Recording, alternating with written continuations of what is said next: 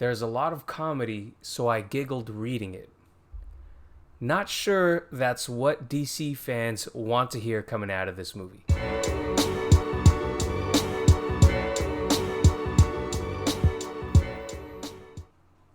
What is going on, guys? It's Rob from Heroes Avenue. In this video, we're going to be talking about some Aquaman news that just came out recently.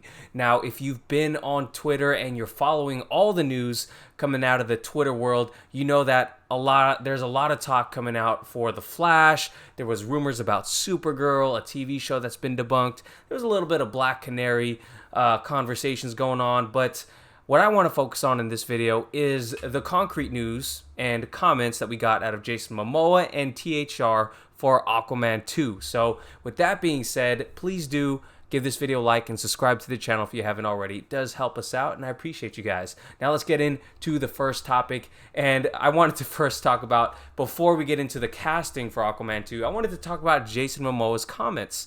And he was talking to Fandango, and he was talking about the long-awaited sequel, Aquaman 2. Of course, Aquaman is the highest-grossing DCEU movie, and it surprised the heck out of a lot of people. And what are we going to be expecting out of this movie? Well, here's what Jason Momoa has to say. I'm on Heroic Hollywood, but he was talking to Fandango. He says, "We all learned something on the first one. It's exciting because I haven't made too many sequels. I just know that it's even on the page, it's absolutely wonderful. There's so much going on. I think the stakes are a lot higher. There's a lot of comedy, so I giggled reading it. There's a lot of fun, and definitely the action's bigger." And it goes on to say, Jason Mamoa also teased that given advancements of technology in the last few years, the visual spectacle of Aquaman and the Lost Kingdom will be even better this time around. He says, "I think just in the last 3 or 4 years, technology is constantly evolving. It's just moving at such a rapid pace that we're going, what we're doing underwater sequences, that's what made the first one so amazing. It's just gone on to a whole nother level. So I'm excited for everyone because it's just a lot more heart. There's a lot more at risk." So I apologize if I butchered the quote just a little bit. I don't have my glasses on, but a lot of DC fans are going to focus on, you know what I'm talking about. I said it right before the video starts. Jason Momoa giggling. There's a lot more comedy. Now, again, I say that only because I know it will bother some people. Now, before we focus on some of the other comments he had to say, which I think should be the focus, some of the other things Jason Momoa said, just when I heard those the first time, that worried me just a tad, not gonna lie, only because while I love the first Aquaman, it is not without its flaws, at least in my opinion. Again, everyone is a little bit different. I do have to say that while there were some okay comedic moments, there were some really terrible comedic moments. Now, it's been a while since I watched the Aquaman movie, but going off the top of my head, there is maybe a couple things that really stick out to me.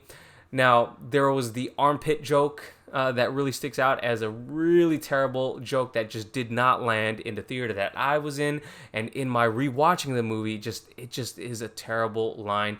And the whole desert conversation with Mara, it was supposed to be funny. The chemistry just did not feel like it was there in that particular scene, and a lot of their interactions seemed a little bit off. Hopefully their chemistry is a little bit better in this movie. But again, there are some okay comedic moments in the movie that I thought were okay. You know, like the scene where Aquaman goes up to the guy who wants to take a photograph with him. I thought that was pretty funny. There was the peeing on the artifact joke that was okay. It was all right. And then I think Aquaman falling through the roof while Black Manta is chasing him.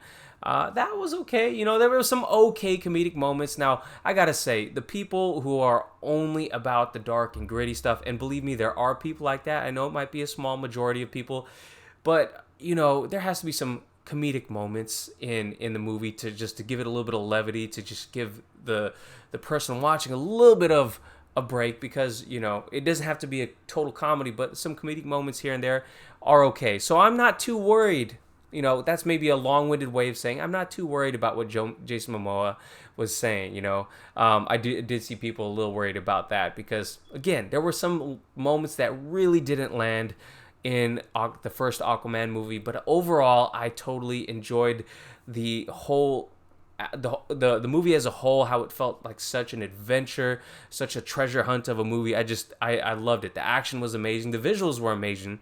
You know, again, moments like the octopus playing the drums, I could have gone without, but you know, I'm not gonna nitpick the movie because of that. But I did enjoy the movie as a whole. So things that we should focus probably on in these comments are the fact that the technology is evolving. So how much better could they actually make these underwater scenes? Because they already looked incredibly spectacular.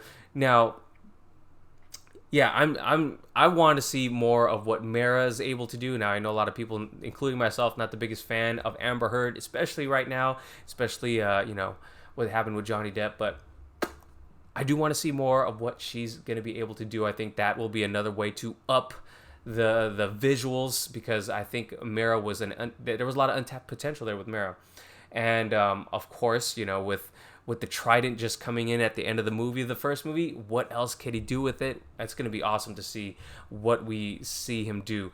Now, the other thing is that he says there's a lot more at stake in this movie, and that's, of course, something that needs to happen. I'm wondering, the fact that there's a lot more at stake, are there going to be characters that are actually in trouble by the end of this? Because I think a lot of us saw, if you were watching the first movie, you probably predicted, hey, his mom's still alive. His mom didn't actually go nowhere. I was kind of feeling that way going into the end of the movie, and it came true. Nicole Kidman was indeed alive, but for this movie, there's a lot more at stake. Is there going to be a lot more, of Aquaman's inner circle at risk here? Maybe. We'll see. And then the second thing is, or the last thing I should say is, the stakes, he says the stakes are a lot higher, and the action is bigger. Again, the action being bigger, there's going to be a bigger focus on Black Manta as the villain.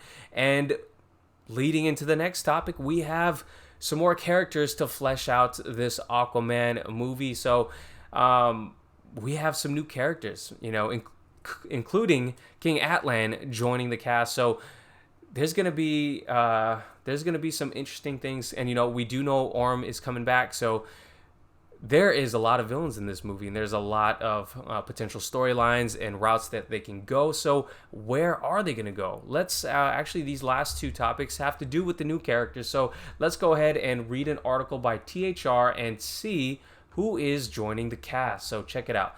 It says, Aquaman Lost Kingdom cast India Moore, Johnny Zhao, and Janie Zhao, I'm sorry if I pronounced it wrong, Vincent Reagan exclusive. Meanwhile, Randall Park is reprising his role from the 2018 billion-dollar grossing first installment. So here you can see some of the characters. Now, let's go ahead and read it a little bit, and then we'll talk about it. It says, the cast of Aquaman and the Lost Kingdom has gotten a little deeper. Janie Zhao, India Moore, and Vincent Reagan have joined the Warner Brothers DC movie that is now in production with James Wan in the director's seat. Meanwhile, Randall Park has returned to reprise his role from the first big-budget installment in the adventures of a man who would be the king of the underwater kingdom of Atlantis. Jason Momoa is back as the half-human, half-Atlantean hero, as are many of the first movie's actors, including Patrick Wilson as Orm, Yahya Abdul-Mateen II as Black Manta, Amber Heard as Mara, Dolph Lundgren as King Nereus. It says Zhao is playing a mystery character named Stingray. It's unclear if the role is villainous in nature, but it is an original character created for the movie. So Stingray, new character created for the movie. I don't have a huge problem with that. I think, why not create a new character and add your little mark on the Aquaman universe? Maybe, perhaps the character, if it's taken and received well, maybe it's going to become part of the Aquaman comics. And I correct me if I'm wrong, but I was reading Aquaman for a while, but I think the title for right now has been canceled. I'm not sure. Correct me if I'm wrong. I have been a little bit out of the loop when it comes to comics just because I've been so busy lately. It says Moore is playing a longtime DC character, Karshan. The character was originally a Green Lantern villain. He first appeared in 1963's Green Lantern number 24, who was originally a shark that, after being hit with radiation, gained intelligence and telepathic powers. Super cool. You know, we just had another shark character, obviously, in the Suicide Squad with King Shark. Hopefully this character is a little bit more, well, I'm not sure if King Shark was like the comics or not, but I imagine James Gunn put the spin on it. It felt like Sylvester Stallone just playing dumb. It felt like Groot, you know, on screen. But hopefully this character is going to, you know, be a little bit more menacing. And I do remember reading a little bit. I only know I've read this character a little bit. I did read maybe some Green Lantern with this character appearing, and I didn't even know who it was at the first. So that's when I first got introduced to it. But I'm curious to see how they're gonna utilize him in this Aquaman movie, especially because it's kind of a deep cut villain. Not a villain that's, you know, often talked about when it comes to Aquaman, because most of the focus is always on Black Manta or Orm, and I'm excited. I'm totally excited to see another shark character. So Reagan is playing Atlan, the ancient ruler of Atlantis who caused the city to sink into the sea. Of course, another Atlan is being recast again, which is fine because the character or the actor himself is one that I really enjoyed when I last saw him in 300, and I do believe, I can't remember what else he was in, but I do enjoy this character a lot, so I'm glad he's getting some work. And Atlan. So is Atlan going to be a villain in this movie? Some people were talking about the Titan King storyline, the Jeff Johns storyline. I don't know if he was in others, if writers have adapted him in other writings as well, but I've heard of that. I'm not sure if that's actually going to be a thing, but I think it would be cool to bring Atlan back as some sort of villain, or maybe we'll get some flashback scenes. I'm not sure, but adding talent to a movie is always going to be a good thing, and I think Reagan will be a great Atlan. So, let's see. And Park returns as Dr. Stephen Shin, a marine biologist who in the comics was obsessed with finding the location of Atlantis. And I think because Aquaman is already known to humans, some of how he was portrayed in the comics might be a little bit different, but of course he was kind of portrayed how he should be in the movie. He was this guy super obsessed with Atlantis, and I want to see more interaction with Atlantis and the real human world, right? I would love to see that interaction. I think that's one of the coolest aspects of Aquaman, how he is a product of both the sea and the land, and I would like to see those clash a little bit more, and I do believe we'll see that. I do believe we'll see that with Stephen Shin being more involved. So curious to see if he's going to make it throughout the movie. If I had to guess, he's not going to make it to the end of the next movie, but we'll see. I did enjoy his portrayal in the recent Marvel TV shows. I think he was in WandaVision. But yeah, so there's the update for you guys in terms of Aquaman 2. That's what I got for you. So sorry I got the video out late today. Got a little bit off of work a little bit late. Got busy at home. But hope you guys are doing well. If you did enjoy the video, please do give it a like. Subscribe to the channel. Let me know your thoughts on Aquaman 2 in the comments down below. And I'll catch you guys in the next video. Peace.